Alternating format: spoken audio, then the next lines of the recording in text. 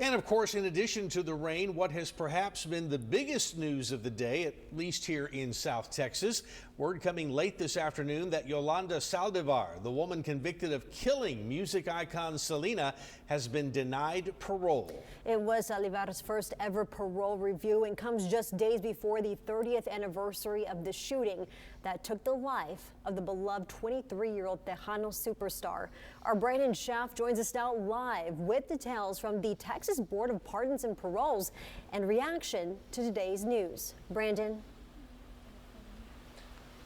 Yeah, good evening, Leslie and Mike. It is a really big day, and I'm here at the Mirador in downtown Corpus Christi, a monument to the Tejano icon Selena, known to locals and to her fans all over the world. Well, it was just before 5 that we learned that Selena's killer, Yolanda Saldívar, was denied parole. Let's get you caught up on how we got to this point. So, the Texas Board of Pardons and Paroles, ultimately basing their decision on the nature of the crime, well, that decision was handed down today.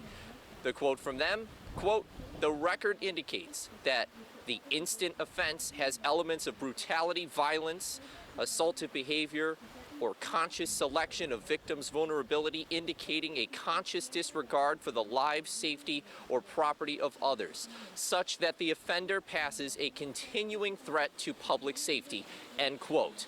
Saldívar is now 64 years old.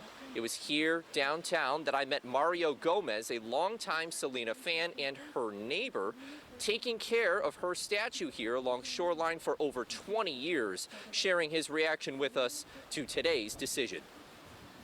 As someone who was such a big fan of Selena, someone who I would imagine was devastated after her death, what's your reaction to that parole being denied today? Well, I just heard about it shortly, just earlier, and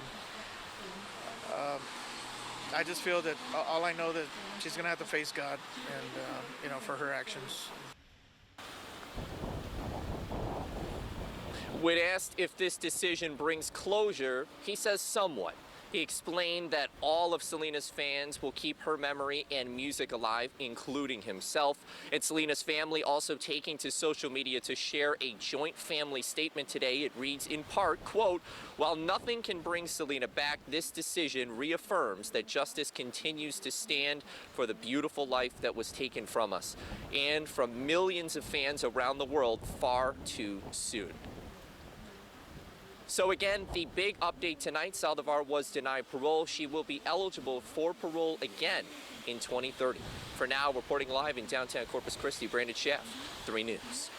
All right, Brandon, thank you so much for that report. As was mentioned, the original trial for Yolanda Saldívar happened 3 decades ago. At the time, Carlos Valdez was the Nueces County District Attorney and took the lead in prosecuting Saldívar. Yeah, I spoke exclusively with Judge Valdez back in December. I asked him about the high-profile nature of the case and whether he thought that Saldívar should be given parole at her review. Do you think there's any danger to Yolanda Saldívar should she be released? I mean, this has been, as you mentioned, such a high-profile case. A lot of people, the emotions, the feelings are still raw. It's so amazing to me.